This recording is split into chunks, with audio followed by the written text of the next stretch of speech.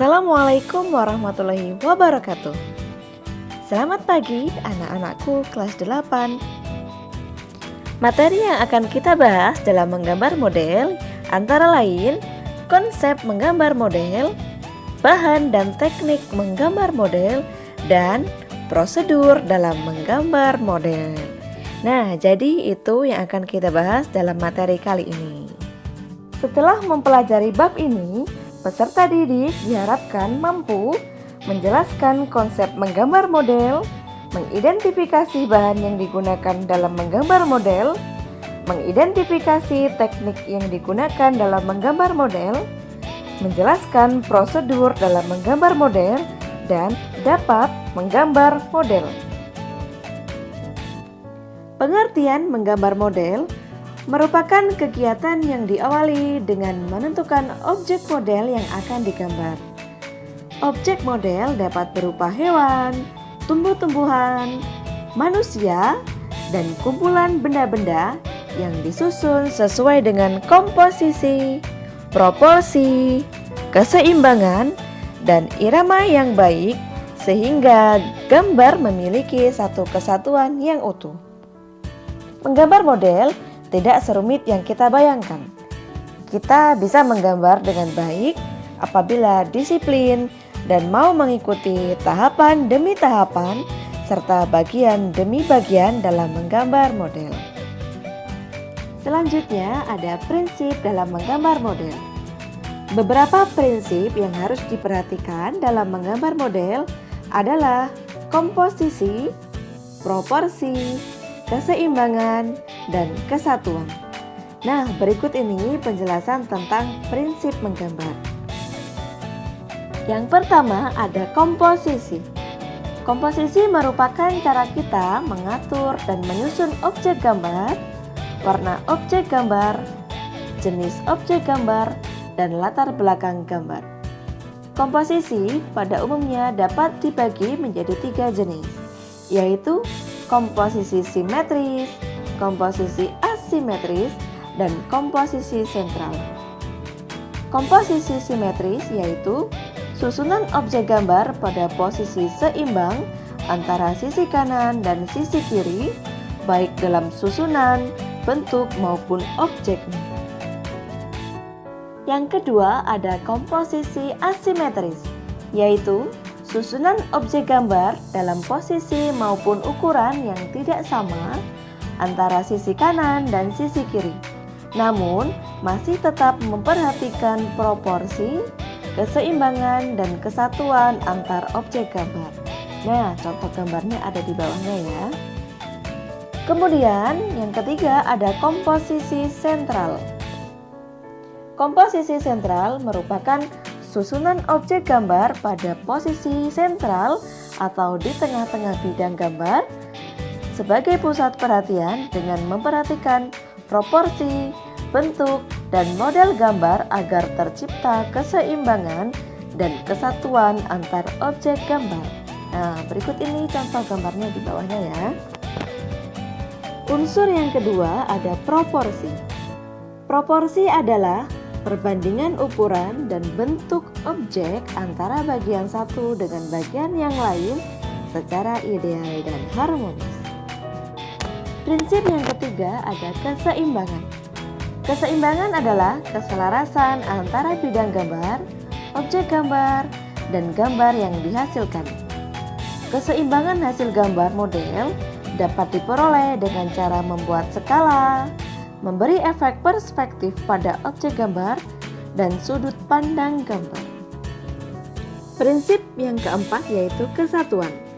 Kesatuan adalah keserasian dalam pengaturan objek gambar sehingga benda-benda yang diatur satu sama lain memiliki kesan ruang, kedalaman, dan antar objek gambar saling mendukung, sehingga akan menghasilkan gambar yang baik. Selanjutnya ada unsur-unsur dalam menggambar model. Pemahaman terhadap unsur-unsur sangat membantu dalam menggambar model. Berikut ini adalah unsur-unsur dalam menggambar model. Yang pertama ada titik.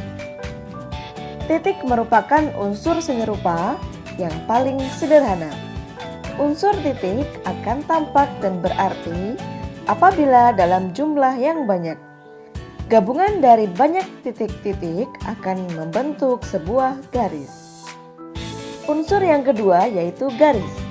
Garis merupakan unsur seni rupa yang terbentuk dari gabungan atau rangkaian titik-titik yang terjalin dalam kesatuan memanjang dengan kedua ujung terpisah. Yang ketiga ada bidang. Bidang merupakan unsur seni rupa yang terbentuk dari gabungan atau pertemuan dari beberapa garis.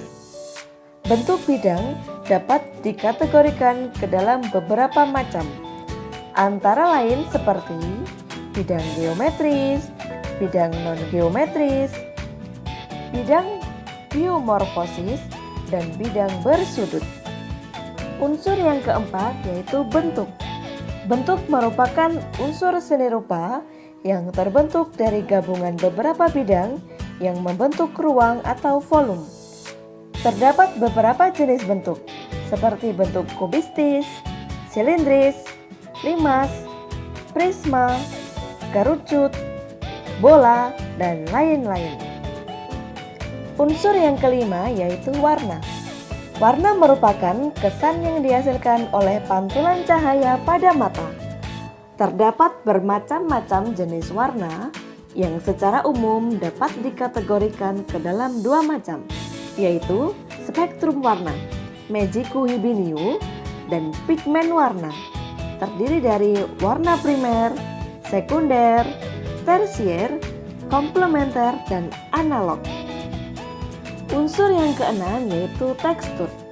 Tekstur merupakan nilai permukaan suatu benda sehingga dapat memberikan kesan tertentu jika dirasakan menggunakan indera peraba, sehingga dapat dikatakan halus, kasar, licin, mengkilap, rata, berlubang, kusam, dan lain-lain.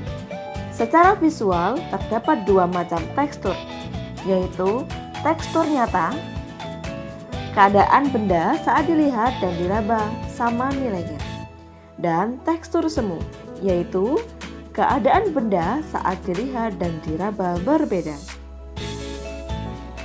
Unsur yang ketujuh yaitu gelap terang. Gelap terang merupakan keadaan suatu bidang yang terjadi karena adanya perbedaan warna dan intensitas cahaya yang diterima oleh suatu objek.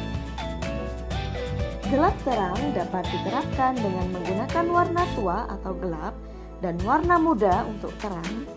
Gelap terang dapat menimbulkan kesan tekstur dan kedalaman suatu benda. Unsur yang terakhir yaitu ruang. Ruang adalah unsur seni rupa yang bisa memberikan kesan kedalaman baik dalam bentuk nyata maupun semu. Selanjutnya ada alat dan bahan dalam menggambar model. Beberapa alat dan bahan yang digunakan dalam menggambar model dapat dijumpai dalam berbagai ukuran dan jenis barang. Barang-barang ini memiliki fungsi dan kegunaan masing-masing. Yang pertama ada pensil. Pilihlah pensil berukuran 2H sampai H untuk yang keras, HB untuk medium, dan B sampai 2B untuk yang lunak. Yang kedua ada penghapus. Pilihlah penghapus yang lunak dan lentur untuk membersihkan garis-garis pensil tanpa merusak kertas. Yang ketiga ada kertas.